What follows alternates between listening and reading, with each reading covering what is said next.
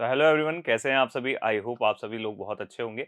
आज हम एक नए चैप्टर की शुरुआत करने जा रहे हैं। इस चैप्टर का नाम है कन्वर्टिंग मार्जिनलाइजेशन। मार्जिनलाइजेशन से इस जस्ट चैप्टर के अगर हम पहले की बात करें तो हमने ये पढ़ा था कि मार्जिनलाइजेशन क्या होता है, किस तरीके से कौन से ग्रुप्स ऐसे हैं जो कि मार्जिनलाइजेशन का सामना कर रहे हैं। आज हम ये देखेंगे कि अगर मार्जिनलाइजेशन होता है तो उस मार्जिनलाइजेशन के होने के कारण लोगों के बीच में किस तरीके से वो उसका सामना करते हैं। ये चीज आज हम इसमें डिस्कस करने वाले हैं। आगे बढ़ते हैं। तो मार्जिनलाइजेशन आई होप आप सभी लोगों के क्लियर है। अगर नहीं है तो बस ये इतना सा समझ लो, मार्जिनलाइजेशन का मतलब ये है कि आप किसी एक पर्सन एक ग्रुप को अलग फील करवा रहे हो कि आप जो है हमारे जैसे नहीं हो। मतलब मान के चलो जैसे कि आप लोगों का क्लासरूम है, क्लासरूम में आप लोगों के 100 स्टूडेंट्स हैं। ओके, 100 क्या है, स्टूडेंट्स हैं। अब क्या हुआ कि 90 स्टूडेंट्स ने अपना एक अलग ग्रुप बना लिया। ओके, एंड जो 10 स्टूडेंट्स थे उन्हें उन्होंने मना कर दिया कि आप लोगों को हम लोग अपने ग्रुप में ऐड नहीं करेंगे। ऐड नहीं करने का कारण क्या हो सकता है? ऐड नहीं करने का कारण हो सकता है कि उनमें वाइब्स नहीं आ रही उनकी। ठीक है। सेकंड है कि जिस तरीके से वो लोग काम करते हैं, जो उनका कल्चर है, वो इस पर्टिकुलर 90 बैचेस जो 90 का ग्रुप था उनसे मैच नहीं कर रहा हो, उनकी लैंग्वेज मैच नहीं कर रही हो। ठीक है, उसके काम करने का तरीका मैच नहीं कर रहा हो। कोई सा भी रीजन हो सकता है जिस कारण इन लोगों ने ये बोल दिया कि आप लोग हमारा पार्ट नहीं हो। तो जिस तरीके से इन लोगों ने एक ही क्लास के स्टूडेंट होने के बावजूद भी इन 10 बंदों को अलग कर दिया, तो इसे हम कहते हैं मार्जिनाइजेशन। किसी भी कारण से हो सकता है, ठीक है ना, economic perspective, social perspective, political perspective, ठीक है, कोई सा भी पर्सपेक्टिव हो सकता है। अगर हम बात करें मार्जिनाइजेशन की, तो जब भी ये हुआ है, ठीक है, तो कहीं न कहीं लोगों के बीच में इनइक्वालिटी पैदा हो गई है। मतलब लोगों को ये लगता है कि कहीं न कहीं या तो मैं उससे ज़्यादा सुपीरियर हूँ या फिर मैं उससे इंफीरियर हूँ। ऐसी कोई फीलिंग उन लोगों में आने लग जाती है। जब भी ये चीज़ें एक लोगों के मनों में या उनके पर्सपेक्टिव में आ जाती है, तब कहीं न कहीं इनइक्वालिटी आती है। इनइक्वालिटी के कारण अब होता क्या है, जब इनइक्वालिटी होती है तब लोगों को लगना लगता है कि हम लोगों को लड़ना होगा। लड़ना इसलिए होगा क्योंकि हम लोग जो है उन दूसरे लोगों के जैसे नहीं हैं। इसी कारण हिस्ट्री भी इस चीज़ का प्रूफ रहा है कि जब-जब मार्जिनलाइजेशन हुआ है, जिन ग्रुप्स के साथ में हुआ है, कहीं न कहीं उन लोगों ने इससे लड़ने की कोशिश की है और कहीं न कहीं हमने देखा है कि आर्म्ड स्ट्रगल्स भी इसके लिए हो चुके हैं। अब जब आर्म्ड स्ट्रगल्स हो चुके हैं, एग्ज़ैक्टली अगर उनका कारण पता किया जाए कि आखिर वो ऐसा क्यों कर रहे थे, तो सिंपल सी बात है, इस मार्जिनलाइजेशन से निकलने के लिए। मार्जिनलाइजेशन से निकलने के लिए 2 चीज़ों पे उन्हें बहुत ज़्यादा काम करना पड़ता है। वो होता है सेल्फ इम्प्रूवमेंट और एजुकेशन। अगर आप किसी बंदे को इम्प्रूव करते हो, उसको एजुकेशन देते हो, वो अपने आप को एजुकेट करता है, तो हो सकता है कि कभी ना कभी वो इस इनइक्वालिटी को भी खत्म कर दे।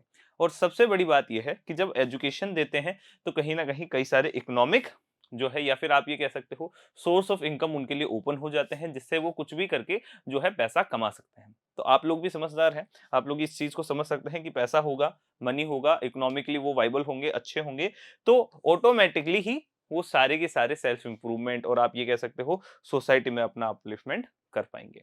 कॉन्स्टिट्यूशनल कई सारे राइट्स दिए गए हैं। मतलब ये देखा जाता है कि कहीं ना कहीं उन्हें अपने लिए लड़ना पड़ेगा, या तो लड़ लो, ठीक है। सेकंड क्या हो सकता है कि कॉन्स्टिट्यूशन उन्हें क्या प्रोवाइड करे, राइट्स प्रोवाइड करे।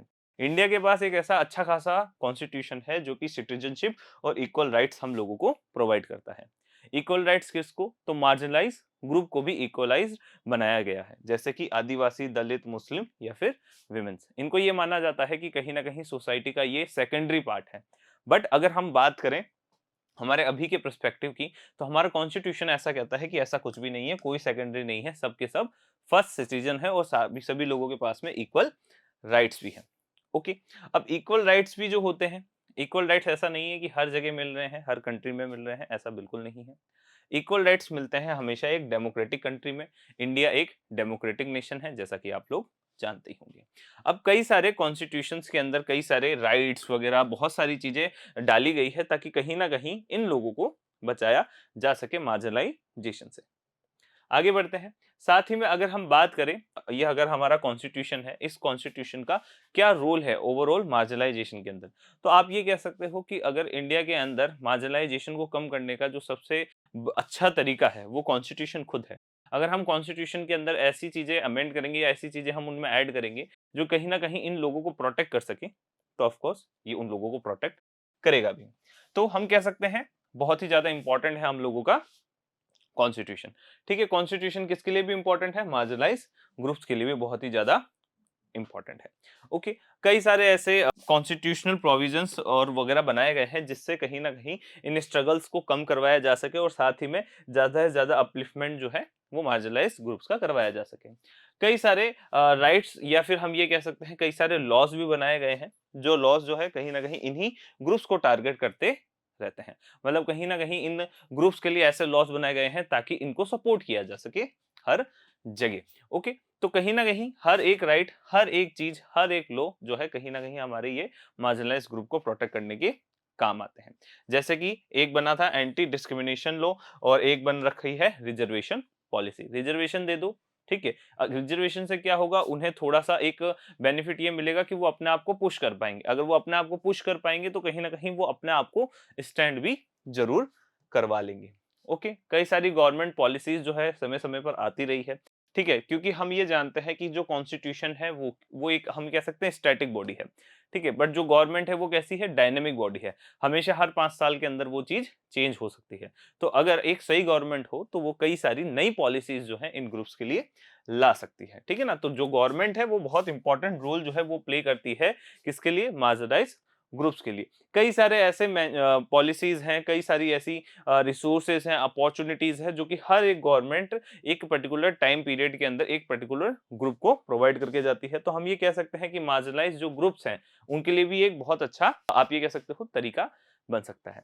तो कंक्लूजन ओवरऑल यही निकलता है कि हमें सपोर्ट करना है इक्वालिटी को और एम्पावरमेंट को। अगर हम इक्वालिटी को इक्वल राइट्स प्रोवाइड करवाएँगे, साथ ही में हम मार्जिनलाइज्ड ग्रुप को एम्पावर करेंगे, तो कहीं न कहीं सोसाइटी के अंदर जो ये मार्जिनलाइजेशन है, ये खत्म हो जाएगा और वो सभी लोग भी अपने आप को इक्वल महसूस करेंगे। जब वो इक्वल महसूस करेंगे तो ओवरऑल नेशन जो है वो भी ग्रो करेगा, क्योंकि अगर इक्वालिटी नहीं है तो कहीं न कहीं आप भी ये समझ सकते हैं, इक्वालिटी नहीं होने के कारण उनके मन में हमेशा इंफीरियर और सुपीरियरिटी बनी रहेगी और जिसके कारण कहीं न कहीं नेशन में हर एक जगह पे छोटी या बड़ी जो प्रॉब्लम्स हैं वो आती रहेगी। तो हम कह सकते हैं ये सारी चीज़ें हमने कॉन्स्टिट्यूशन देखा, लॉ देखा, गवर्नमेंट देखा, पॉलिसीज़ देखी। ये बहुत चैलेंजिंग है कि हम इन चीज़ों को यूज़ करके किस तरीके से आगे बढ़ सकते हैं, बट अगर एक बार यूज़ कर लिया सही तरीके से तो मार्जिनलाइजेशन को हम लोग खत्म कर सकते हैं। सो फ्रेंड्स, अभी के इस इंट्रोडक्शन के अंदर इतना ही। आप लोगों ने आई होप ये समझा होगा कि कन्फ्रंटिंग मार्जिनलाइजेशन आखिर क्या है। तो अभी के लिए इतना ही। वीडियो अच्छा लगा है तो लाइक करो, वीडियो बहुत ही ज़्यादा अच्छा लगा है तो स्पोर्ट्स चाला के यूट्यूब चैनल को आप लोग सब्सक्राइब भी कर सकते हैं।